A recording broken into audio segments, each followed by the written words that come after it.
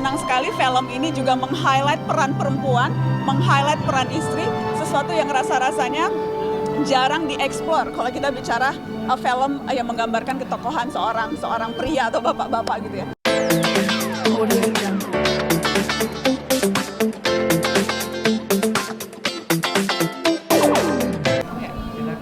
Oke. Udah ya? Atau mau nunggu itunya dimatiin dulu? Udah cukup, audionya udah cukup clear? Nggak apa-apa.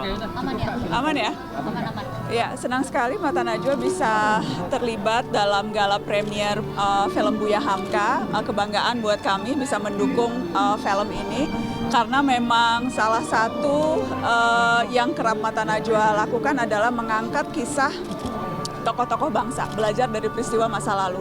Dan itu kita lakukan di Mata Najwa secara rutin. Kita banyak belajar dari tokoh-tokoh bangsa karena kita merasa salah satu tantangan kita hari-hari ini itu adalah krisis keteladanan. Hari-hari ini kita mengalami krisis nilai, krisis keteladanan, dan rasanya agak sulit menemukan itu di tengah-tengah apa yang ada sekarang. Dan kalau memang sulit, sudah sewajarnya kita kembali ke rumah sejarah dan menghidupkan keteladanan dari mereka yang sudah berpulang. Itu juga yang salah satu tujuan kita mendukung film Buya Hamka ini, karena film ini menampilkan Buya Hamka dari beragam sisi. Buya Hamka sebagai seorang jurnalis, sebagai seorang sastrawan, seorang budayawan, seorang negarawan, seorang ulama. Tetapi juga sisi-sisi lain Buya Hamka sebagai seorang anak, sebagai seorang suami, sebagai seorang ayah. Jadi kita bisa belajar begitu banyak dari seorang tokoh dengan berbagai peran yang dia jalankan sejak ia lahir sampai akhir hayatnya. Jadi ada begitu banyak kisah-kisah dan pembelajaran yang rasanya masih sangat relevan hari-hari ini kalau kita bicara tantangan kita sebagai bangsa. Mbak Nana melihat kemampuan akting para pemainnya seperti apa nih tadi? Terutama Vino dan Bella luar biasa. Tadi saya bilang bucinnya kelihatan banget gitu, karena kan digambarkan memang Buya Hamka sosok yang sangat romantis. Kemudian juga yang saya senang di film ini adalah penggambaran soal sosok Siti Raham.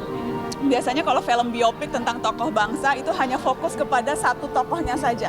Tapi di sini tuh digambarkan betapa Siti Raham memang betul-betul jadi istri dan pendamping yang luar biasa bagi Buya Hamka. Keikhlasannya, bagaimana Buya Hamka selalu meminta dan mendengarkan pendapat istrinya dalam setiap momen penting dalam kehidupannya, begitu ya. Bagaimana kedekatannya, bagaimana keikhlasannya, bagaimana ketika salah satu putra mereka wafat, Buya Hamka yang masih berada di luar kota tidak bisa hadir karena tanggung jawabnya pada pekerjaannya, bagaimana keikhlasannya, bagaimana selalu mendampingi, membawakan secangkir kopi di setiap kali Buya Hamka sedang mengetik dengan 11 jari dan menuliskan karya-karyanya yang monumental. Jadi saya senang sekali film ini juga meng-highlight peran perempuan, meng-highlight peran istri, sesuatu yang rasa-rasanya jarang dieksplor kalau kita bicara film yang menggambarkan ketokohan seorang pria atau bapak-bapak gitu ya. Jadi ini bukan hanya soal Buya Hamka, tapi juga soal Ibu Siti Raham, dan saya rasa itu luar biasa. Itu sih. Mudah-mudahan salah satu hal yang menurut saya juga menarik di film ini adalah menggambarkan hubungan antara tokoh bangsa yang walaupun berbeda pandangan politiknya, tetapi tidak meruntuhkan persaudaraan mereka. Kita tahu Buya Hamka itu mendekam di penjara 2 tahun 4 bulan karena dituduh subversif, dituduh hendak membunuh Bung Karno. Jadi dipenjarakan di rezim Bung Karno. Tetapi ketika Bung Karno sakit dan menjelang akhir hayatnya, Bung Karno spesifik berwasiat agar ia nanti disolatkan oleh Buya Hamka. Dan Buya Hamka tanpa ada beban sama sekali, tanpa ada dendam, walaupun sudah melewati masa hidupnya yang begitu berat ketika di penjara, itu tetap datang berziarah, memimpin sholat jenazah. Dan itu menggambarkan indahnya hubungan antara tokoh bangsa dan bapak bangsa. Dan rasanya itu pelajaran yang juga bisa kita petik sekarang. Sekarang rasanya politisi kalau berbeda pendapat, baperannya luar biasa gitu ya. Bagaimana politisi beda pandangan politik tetapi juga mempengaruhi hubungan personal. Jadi mari kita belajar dari tokoh-tokoh bangsa kita. Berbeda pandangan politik itu biasa, tapi persaudaraan sampai akhir hayat.